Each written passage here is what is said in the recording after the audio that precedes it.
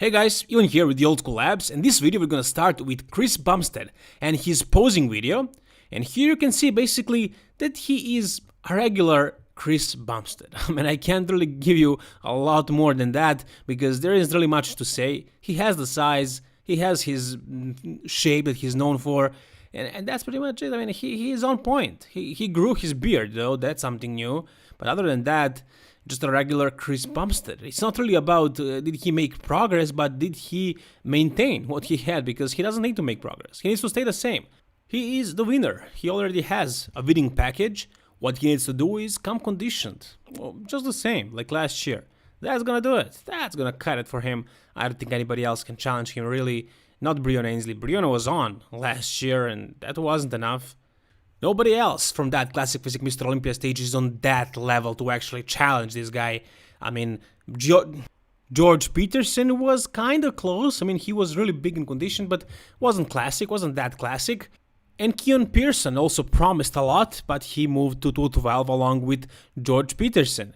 As far as the new talent, we have, of course, already talked about this guy quite a few times on my channel, Logan Franklin, who is absolutely looking phenomenal. And this is his most recent photo update. He looks really, really aesthetic, like super classic. And when I say classic, I described a couple of times before. I defined the word classic. It is about aesthetics, the symmetry, the small waist, the good V taper. Overall, it's talking about the aesthetics. I mean, that's pretty much it. And good conditioning, like good details. And these guys, I mean, they're already big. Like, they're on the border of going to bodybuilding. Chris Bumstead turned pro in bodybuilding. Breon Ainsley was a 212 competitor. So when they diet, they can afford losing some muscle in order to get that super thin skinless basically conditioning and show as much detail, as much striations as possible. Which is not exactly the case with bodybuilding. Like, those guys, they need to keep the fullness, because if they don't, somebody else will, and size prevails in open bodybuilding.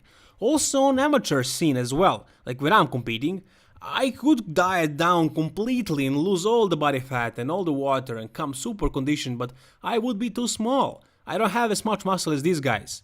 By the way, guys, if you want to follow me, go to my IG, even bodybuilding _. You can find me there. I'm posting content regularly and you can interact with me all the time. You can suggest me new ideas for videos, which I definitely do consider quite often, and I use them for my future videos. So go ahead, follow me on IG. Anyways, back to the Classic Physique Mr. Olympia stage. Chris Bumstead, he looks amazing. Breon Ainsley, he also seems to be trying to improve and to reclaim his throne. Logan Franklin, you know, a potential threat to the title, but it's probably too soon this year. Steve Laureus, I don't know if he qualified or is he gonna try to qualify. When he competed at Mr. Olympia at the very beginning, he didn't do too well, but he progressed since then. Last showing of his, he was a little bit flat and watery, mainly watery, not so much flat, but he wasn't super conditioned and popping everywhere like some of the other guys tend to be, like the guy who won, Alex Cambronero, and Terence Ruffin, who took second, who was really good as well. There is a lot of good potential in Classic Physique Mr. Olympia. It's gonna be an awesome lineup, but I still do not see anybody else taking it away from the champ, Chris Bumstead. So as you can see in the thumbnail and the title, there is new info about the Mr. Olympia. And I'm gonna just play you the video. You can hear what the Jake Wood, the owner of the Mr. Olympia, has to say. And we're gonna discuss it a little bit after the video is done. So take a look. You know, one thing that we're investigating right now is how do you do rapid testing prior to the show before somebody goes in. And you've got the expo to consider as well. Yeah, hand in hand on that. Right. And it is difficult to figure out exactly what's going to be available, what we're going to need to do. Are we going to have a second wave of COVID problems? What's going to go on? We just don't know. Sure. And, we're working hand in hand with the guys there in Vegas. With Ken Flynn, he's our lead guy, kind of paying attention to these issues, and we're going to do whatever we have to do to make sure that everybody's safe. So now the difficult thing is what's going to happen if you got 5 people coming into the expo, they're a family, right, and everybody else is test negative, one person tests positive. what do you do? It's going to be Definitely uncharted waters. it's going to be a customer service issue that I don't Sure. have a good clue on right now. Well, the good thing is I know you're looking at some different options, a potential pay-per-view for the fans to watch, obviously around the world, and that hasn't really been explored a whole lot over the years. So I know you've got a lot of those type of things that you're looking at. We will, provided we can work out our plans and achieve the things that we want to achieve, we may be announcing some things regarding a pay-per-view here in the future. That's just so, there's a lot of moving parts on that. That was one of the big developments we really wanted to put forward for this year, but because we had to change hotels and deal with all that, it kind of got pushed back. Now we're trying to play a little bit of catch-up on it. So, The expo might get cancelled, so you heard it. This did not really come as a surprise. I honestly wasn't even expecting an expo, but they are actually considering it and trying to actually to make it happen. But Mr. Olympia is not going to happen tomorrow or the next month. It's going to happen in mid-December. Who knows what's going to happen till then? Maybe the vaccine is going to come out or something like that. We don't really know. Jake Wood doesn't know. So maybe we're going to have another crazy wave and it's going to have to be cancelled. But no matter what, Jake has a plan B, and that's going to be pay-per-view. And this is Mr. Olympia. Hopefully it's going to be a really good, high-quality footage live stream, and it's not going to be too expensive to buy and watch. Whatever the cost, I'm sure I'm going to buy it, and all the OG fans are going to do it still, because this is Olympia, and this is going to be an exciting one, guys. Just remember who else is competing. Like Phil Heath, Brandon Curry, Flex Lewis, maybe Sean Roden, maybe Big Ramy, maybe Bonac, Rolly, really good lineup. I'm really excited about that. As far as the expo, it's uncertain, but pay-per-view is gonna happen. That's pretty much settled.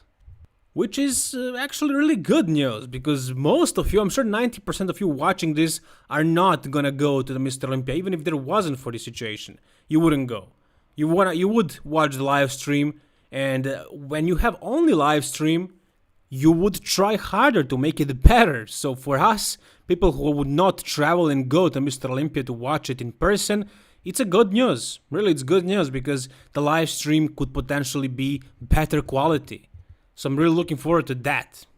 Talking about Brandon Curry, here is he with his recent photo, and I think this is a recent physique update because he looks hard. He's not fat or anything like that. These guys, they don't get fat. If you have this much muscle, you know how much food you need to actually eat to get fat. It doesn't happen. It doesn't happen that easily. You need to try like super hard to do everything wrong pretty much, and they're not gonna do that. So he doesn't have fat, basically. He will start dieting soon enough, and I'm sure he's gonna be in great shape. He knows that Mr. Details, Phil Heath, is coming, so he's gonna go for that shredded look and hopefully, bring the fullness as well. If if Brandon had good legs, I would love this bodybuilder. But it just throws me away so much when I consider the fact that he's incomplete. He does not have legs. His legs are bad. So that's why I can't like his physique. Everything else about him, great. Not personality-wise. He's a gentleman. He's a proper gentleman. He's a good guy, but he is boring as hell. I recently watched his interview with Fouad Abiad and I got angry. Because it's just, he's dragging so much. Every second word of his is like, between every single word he has, it kills me, honestly. This is probably worse personality than Sean Roden. I'm sorry for being this brutal, but I'm just being completely honest. This is how I feel. Not great personality in that term, not interesting, but great guy, good person, good bodybuilder, really devoted, and he wants it. He really wants it. As you can see, he made this post in which he's basically saying that he is ready. And this motivated me for my show as well. And I'm really looking forward to see what Brandon has to bring, because this is Mr. Improvements we're talking about. I guess I just came up with the nickname for Brandon Curry because every year he made improvements. And I'm sure he's going to make more for this Mr. Olympia. And I can't wait to see what it's going to look like. And is it going to be good enough to beat the 7 times champ, Phil Heath? That rhymes. Anyways, I saw this post, an interesting post, comparing Keone's body, Keone Pearson's physique when he was doing his classic physique, and now when he's prepping for 212. And wow, he gained so much. I'm sure you guys noticed this, but now when you see it like this, I mean, photo next to a photo. Wow, just how can you grow this much in a year? How is this even possible? Like, wow, just amazing. That's all I can say. Wow, I'm really impressed. I would like to have gains like this in 1 year. I'm sure everybody else watching this would. Amazing, amazing gains. Can't wait to see him on 212 stage. Did you forget about this guy, Morgan Aste or Aste? His current shape right now is this. And look at how much he weighs. This is insane, guys. 370 pounds. And just by looking at this photo of just himself, you can't really figure it out. You can't really notice how big this guy is. You need to see him standing next to the other guys because he's really tall. And that's the thing. Tall guys look good in person, and short guys look good in photos. But this guy is an absolute unit. 370 pounds, lean in the off season. Even though he won't do too well as a pro, in bodybuilding scene because of his height, he's going to be one of the biggest freaks ever. Something like Greg Kovacs back in the day. This is your new Greg Kovacs, and this guy, an absolute beast. Just crazy size. Well, since we're talking about the size, you need to mention a newcomer, a young guy, not a pro yet. 26, I believe, or even 25. Something like that. Really young guy, about my age, maybe 1 year older than me, and 5 times bigger than me. And his arms are absolutely insane. 61 centimeters, guys. 22 inches and 3/4. Wow, like for a young guy like this, absolutely insane. And this is his trademark, those arms, just freaking insane. So I'm sure this guy is gonna make some damage when he becomes a pro. Not the prettiest structure, but definitely a freak. And if he keeps growing, but I mean, how much can he really grow? I mean, he probably reached the limit, right? He can just get more matured and more conditioned, but as far as the size, he got it. He got it at the age of 25 or 26. Just crazy. If you talk big arms, you must mention this guy, Iain Valliere, who actually just lost to Hunter Labrada at the Tampa Pro and did not retire, as he was joking about on his Instagram. He's just not certain what show will he do. Will he try to qualify for the Mr. Olympia, which he can do easily. He doesn't have to win. He can just be crack the top 5, top 3. He's gonna get it, based on points. But he can surely win some shows. I mean, he did make improvements. He just needs to figure it out to come perfectly peaked. He messed it up for Tampa Pro, but it doesn't mean he should just give up. He should keep trying and try to figure out the formula and come and win and go to Mr. Olympia. Or is he scared of this guy, Jon Delarosa, who's doing the New York Pro once again? He always does it. I think he's from New York. And this guy is somebody who you don't really think about, but when he brings it, when he clicks, when he gets his conditioning on that level that it needs to be, he wins shows. He wins shows. He's very complete. He's a really dangerous bodybuilder when he's on. Last year at the Toronto Pro, Iain was really good. Iain brought really a good package of himself. And he was taller, he had a wider frame, and I think from the front he was beating Jon in most of the poses. But I think he lost because of the back. Jon was just better from the back. And I think the same thing might happen this time if Iain decides to do the New York Pro just like Jon is doing.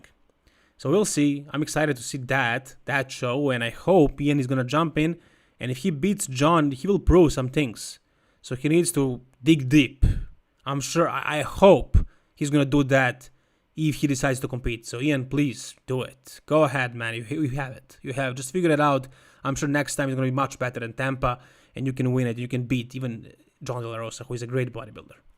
So that's going to do it for this video, guys. If you enjoyed this video, please like it. If you want to say anything about the whole video, whatever, comment down below. Like the video if you enjoyed it, and please subscribe for more bodybuilding videos like this. All the best, guys, and keep it old school.